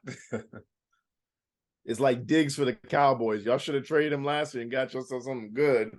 But side note, Julius Randle has impressed me. Yes, he's impressed me. I was getting hard on him because after his playoff performance, I got real disappointed. It's just I feel like he wasn't. I don't know. He needed to show me something that day. He didn't, so that kind of disappointed me. But I'm seeing a little bit of improvement and maturity in this game. His second year was a disappointment, and I think he learned from that. I think he sat down as a man and was like, "Yeah, I'm playing in New York on the biggest stage with the biggest lights, and yeah, they're booing me, but it's mostly because of my actions and how I'm handling it. That I'm Zach Wilson, take notes. Yeah, exactly. I'm becoming a villain, and I'm really not that guy. So yeah, him and Brunson play very well together, and RJ Barrett. RJ Barrett's obviously going to be out for like another week. But RJ Barrett is if I give the hat or like the gold trophy to anybody right now, it's RJ Barrett for saying fuck it, I'll be the 3 now. I'll be the 3 guy now and let when my time comes, it'll come. But you guys invested in me, but I don't get this fucking McBride. You know what RJ Barrett's going to become to me? He's going to become like a Harrison Barnes. I feel like the same shit happened to him in Golden State. He's like, you know what? Okay, Klay, okay, Steph, okay, Draymond, y'all. I was the number 8 pick. They obviously regarded me high, but I'll take my back seat. I'll fill in whenever y'all need me, and I'm gonna get a big contract somewhere else. Because let's be honest, once RJ Barrett becomes a free agent, somebody's gonna try to give him a bag. Like they're gonna be like, I'll be happy over here and be the number 1 or the number 2 over here. That's what's gonna happen. We just signed him though because we couldn't get what's his face, Donovan Mitchell, so we signed him. So he's here for like another. So he was a free agent that summer too. How many years? I don't know. I think we gave him 5 years. I think is what we gave him. Word. Okay, y'all got lucky with that. Let me see. Until he asked out. Yeah, but I mean, I got my stat guy on it. Don't worry. Just make the playoffs. You know me. Yeah. Just make the fucking playoffs. That's all I want them to do. Oh yeah, he got an extension for sure. Yeah, what was it? 3 years? 107 million. Woo! 4 year, 120 million. That's what it was. Y'all better trade that. No, keep it. That's expensive for a number 3 option, like Russell Westbrook. What's Tobias Harris doing still? You said what? What's Tobias Harris doing on your team? Perfect transition to the 76ers. So the 76ers is 24 and 12, something like that, 24 and 14. We in the top 4 seed right now. Y'all in the play-in, but we ain't going to do that. Nah, but yeah, I mean, you know how I feel about Tobias, but Tobias is better than RJ Barrett to me. I'll say that. I'll say that. Let's be real. I'll say that. Tobias RJ is still averaging like 22 a game. So Tobias earned his money. He ain't averaging no 22. RJ, yeah, he is. He's averaging at least 20. Put something on it. At least 20. You right. Watch my next, bro. What's he averaging? Anyway, Tobias is fine. I would much rather Tobias be LeBron James because they're making the same amount of money. So yeah, but that's neither here nor there. Same thing with us, man. We got some injuries when it came to my favorite player, Tyrese Maxey. He's just getting back into the flow of things. James Harden came back, and now he's picking up his level of play. Joel Embiid is one NBA Player of the Month in December, putting up the same numbers as Luka. Everybody talks about everybody in the league that puts up big numbers. Look, Joel Embiid is second in the league in scoring. He's averaging 33.5 points a game, 10 rebounds, 5 assists, 2 blocks, and 1 steal a game. And he don't get no kind of love. But God forbid, Jokic does something. Oh, my God, we never seen nothing like that before. Joel Embiid doing this shit every single night. I'm getting sick and tired of the disrespect that we get because we're not flashy. We just play ball. That's what we do in Philly. So, but I'm when it comes to the Sixers, it's hard for me to analyze them until like February because I need to know how Embiid's legs and knees and ankles and feet are feeling by that time. Because if he's hobbling in January, February, we don't got a chance in March, April, or June. So I'm happy where we're at right now. We're only 3 games back from Boston from first place. So it's like I'm not really concerned. I think I don't know. I don't think we need to do anything in the trade deadline. I liked when we picked up D'Anthony Melton. I love that. That to me was one of my favorite picks up this summer. Was I think I said it or tweeted or something like that. I was like, I'm very happy that we got D'Anthony Melton. Shake Milton stepped up a lot. Niang stepping up a lot. I mean, shooters are shooting. It's just I'm happy with where we're headed. We're 8-2 in our last 10.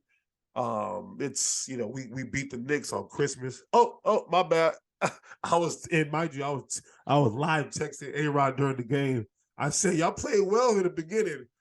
I said this before the game was even in our favor. I was like, y'all played well, but did you know what's about to happen? He didn't text me back. He didn't even text me back. How dare he not text me back? They lost that game, man. We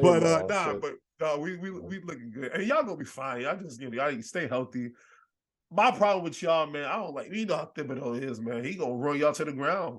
Y'all ain't gonna be whole by the time March comes. So that's what's gonna happen to y'all. Y'all need to figure that shit out. But while we're in the East, and we somehow find a reason to talk about this team all the time, but for the most part, it's when they bad.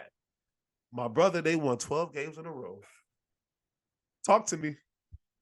12 games in a row. Talk to me. I want you to be candid with me right now. They're a good team. We know they're a good team. We know they're a good team. I've never said they're not a good team. Yeah. It's just funny to me when they don't perform and they're like, oh, what's the problem? And they fire Steve Nash. I truly don't believe Steve Nash is the problem. I believe Steve Nash let those boys go out there and play and let them do their. Like, he doesn't care. He's just the front person to take all the heat. When Kyrie says, the earth is flat, he's got to be like, that's my point guard. He's just That's how Frank Vogel was with the Lakers. Like, he was like, you know what? Go play ball. We'll figure it out. When you've got that much talent and that much firepower, like, in my personal opinion, I think Brooklyn got better this year with the signings. Like us, they got Oubre, right? They got one of the Morris brothers. They did fantastic in free agency. It was quietly done because Kevin Durant fucked up the whole summer demanding a trade. Now he's eating crow like they pretty damn good, but they picked up O'Neal, TJ Warren from Indiana, great pickup. They got Royce God, O'Neal, who? Royce O'Neal. Royce O'Neal was a godsend for Utah last year and last couple of years. And look at he brought the same level of play to Brooklyn. It's just they attacked free agency properly. But the biggest thing that they did was that they didn't cave to Kevin Durant. When's the last time we seen a team not cave? You know what I mean? Like everybody asked for a trade and they find a way to trade him. James Harden got traded. Name a player, they all Anthony Davis, name a player, they all get traded. This is the first time in a while in which this is the first time since Kobe, because Kobe demanded a trade from the Lakers back in 06 or something like that. He wanted to go to Chicago or the Clippers. And it said, and it was I heard it was a done deal. And they held on tight, got the bus, held on tight. Kobe came back, won them 2 championships. I think, and I don't want to see it happen because I'm gonna be pissed off. But I think Brooklyn can be like that. Like they had turmoil, they did some firing, tinkle some stuff, sage the room. Kyrie read through his. I think that Kyrie thing was kind of a blessing in disguise for them because it forced them to have to like bond together for their teammate. You know what I mean? Like it takes. I mean, and like we bring the football thing up, and I hate to bring up injury, but like it could take something like this happening to Buffalo where they go and win the Super Bowl this year because like you play for that like look when the Lakers won the championship with Kobe, like Kobe passed and the Lakers were on steroids during that whole pandemic year. It was crazy, but the Lakers were the only team to me that could possibly win the championship that year because of they were doing it for somebody. And God forbid something happens to Damar. I think I'm praying he's gonna be fine, but they literally witnessed their teammate on the field, not lifeless. So it might take something like that for Buffalo. On the flip side, although it's for a completely different reason, Kyrie was going through the ringer. I mean, he lost his deal with Nike, the number one selling shoe. He lost his deal with Nike. He got suspended from a field game. Like it was a bad PR for Brooklyn. They've won 12 games in a row, and they get talked about less now when they're winning than when they were losing and going through their trauma or whatever. So I think they gotta stay healthy, but it's working. Got to stay healthy. Kyrie, you know how I feel about him. I respect his game. I think he's a phenomenal player. I'm not trying to go skip Bayless on this one. I just don't root for him, man. I just think, like, how many chances does this guy get, man? Like, this team should be doing what they're doing right now. We expect this from the Brooklyn Nets. So for them to be where they're at, like, I was more entertained when they were losing because it gave me something to laugh at. But like that's the problem. Like we can coast now. We can coast on the Nets because we know this is gonna happen. Yeah. Like it just took a matter of time for them to wake up. Ben Simmons, is he back yet or no? I mean, he's playing. He's just he's not like he's playing good defense. He's playing. That's what he's there for, and that's what I told you. He needs to be Draymond Green. That's all you got to do. Just be as Draymond as possible, and you'll be fine. And he's becoming more Draymond. I think Kevin Durant probably got into his head like, look, here's some tape. Watch this shit.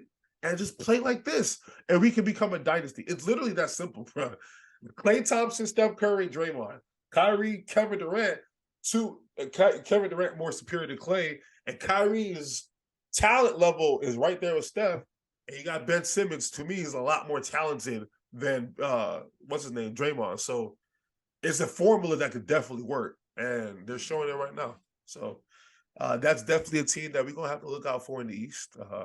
I hate to admit it, but yes, I am worried about them again. Yeah, me too. Yeah, I'm always worried about them. Yeah. On the flip side in the West, and this is going to be the last thing we talk about with basketball before we close it up with pick'ems.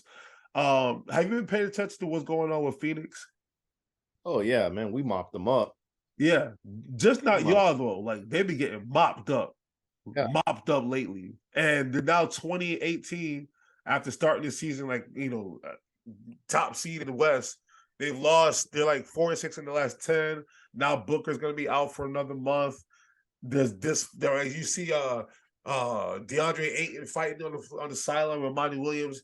You know, they obviously had the Sarver thing where he's getting fired because of his racist stuff and stuff like that. Chris Paul looks disinterested. I mean, there's a lot of shit going on in Phoenix. Are they done? You think like do you think they're done, or is it just like a blip in the road? I think it's a blip because I've heard from someone who personally knew like Monty Williams, like that one, he's a man of faith. He's like really into his faith and everything, and like players like to play for him. Like players love to play for him, and to see that shit happen with Ayton, like Monty Williams never gets riled up. He's very calm, cool, collective, and he was like losing his shit. And it's not the first time because same shit happened in the playoffs. Like he benched him, literally just benched him in an NBA playoff game. Benched him. Yeah, I think it's a blip in the road. I think Devin Booker is a big plus on that team. Instead, you have Landry Shamet playing, so it's like, all right, the guy looks like his eyes are gonna pop out of his. We used to have Landry Shamet. I was so hopeful for him. I think we traded.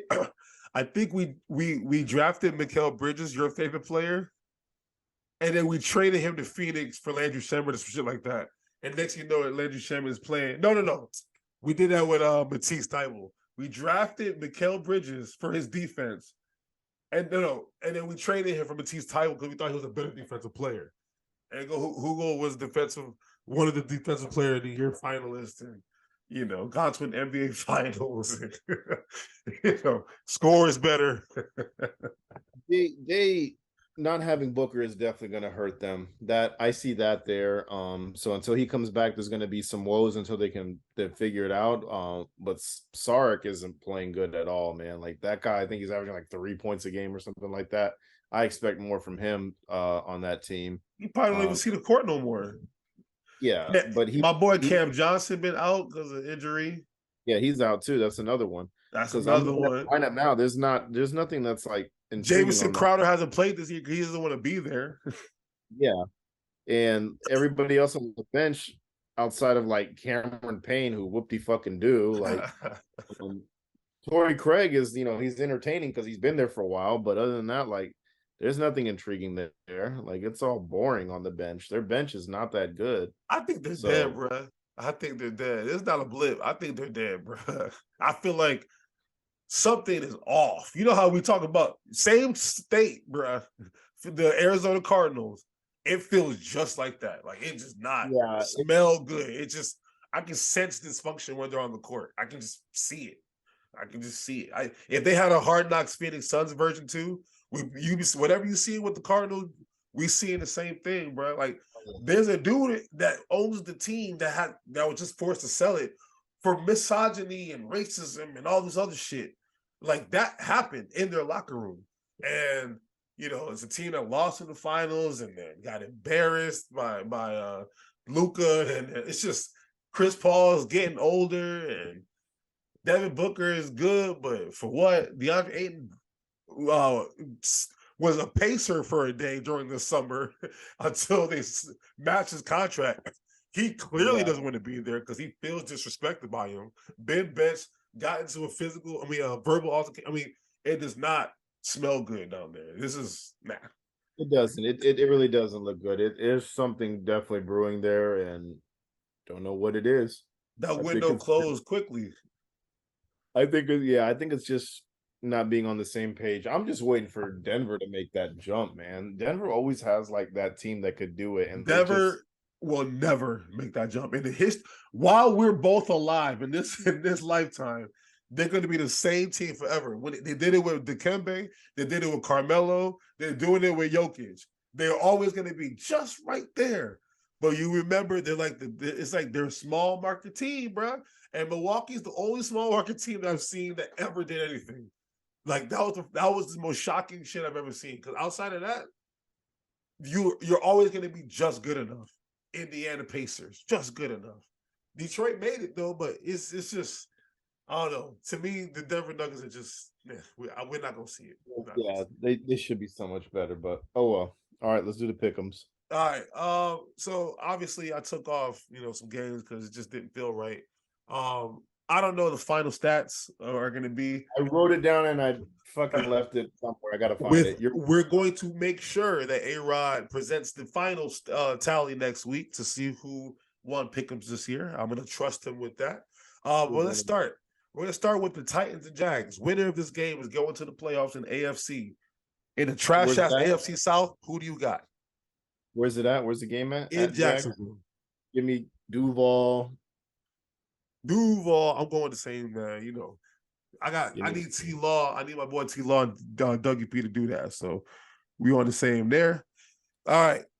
I only picked this game because they both trash. And I think the Texans are definitely going to get the number 1 seed. I think they don't have a chance to lose that. But I'm curious, who you got winning the Texans and the Colts? Wasn't that the first game of the year and it was a tie? I think so, yeah. So the first game of the year is now the last game of the year. Who you got winning that game? Who's starting for is it Sam Mellinger now? Yeah, Sam. Poor Nick. Yeah, Sam. Give me the Texans, man. Give me the Texans. I would like to pick the Texans as well, but Kayvon Thibodeau bum ass said, I don't know who Jeff Saturday is. He had the nerve to say he don't know who Jeff. I know I don't agree with him being the coach that quickly, but Jeff Saturday was a fantastic center for one of the greatest, if not the greatest quarterback. Yes, I'm saying it, Peyton Manning, ever. And I'm going to go with the Colts. They need to show me something before the season is over. So I'm going with the Colts. Browns at Steelers. Steelers win this game, and they got a chance. Browns, Deshaun Watson starting to click. Amari Cooper was clicking last week. So, and it's in Pittsburgh. So we'll see how the weather is. But who you got? I'm gonna go Steelers only because I want them to have a chance. That's the only reason I'm picking them.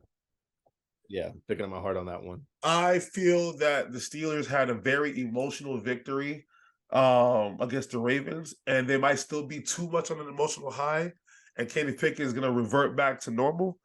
I'm going to go with the Browns on this game. I think Deshaun Watson's figured some shit out, and they play – damn, but if I pick that, Mike Tomlin gets his first losing season ever.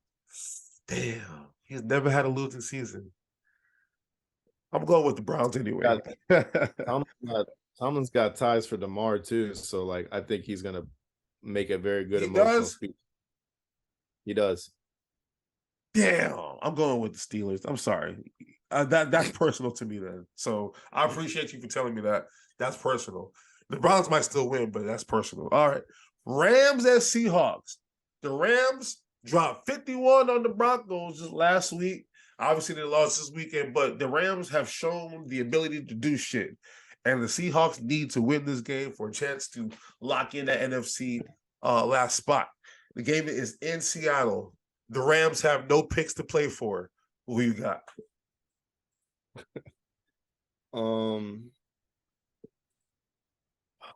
Man, this one's a tough one because I feel like spoiler alert right here. That's how it's supposed to be. If you're a coach, spoiler alert. You got no first round picks, yeah. They have nothing to play for. And Baker Mayfield's trying to get a job. It's a contract year for Baker Mayfield. Give me the Rams. Give me the Rams. Oh God, I want to pick the Rams, man, but I don't want to see my boy Gino go out like this. He gotta, he gotta put on something. You know what I mean? I mean, if he can beat the Jets, he should be able to beat the Rams. I think y'all are better than the Rams. And once again, the Rams stink. I don't know how they did that shit against the Broncos, but I'm gonna say Pete Carroll is gonna have this team ready to perform, and they gonna get this game. And it's in Seattle. The 12th man gonna be there. It's gonna be loud as shit. And Baker Mayfield is okay to me. He's not good. He's okay. So I'll leave it at that. Last game.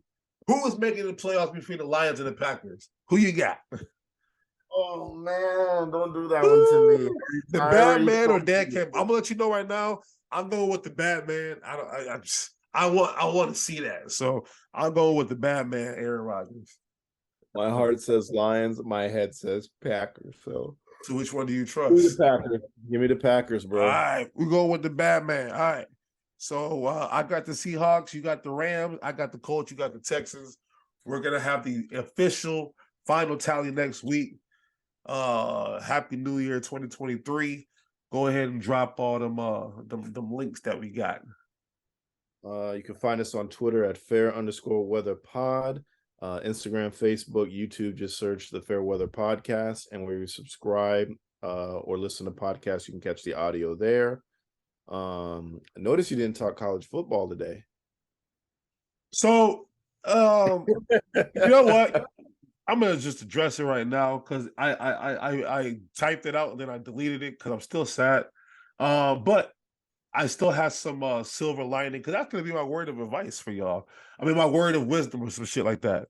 I was down on Saturday when Michigan lost, man. I was really down. TCU played their ass off. We got cheated by the refs still, but I'm not gonna take anything away from TCU, like not at all. But I still think the refs did us dirty in that game. So there's that. I agree.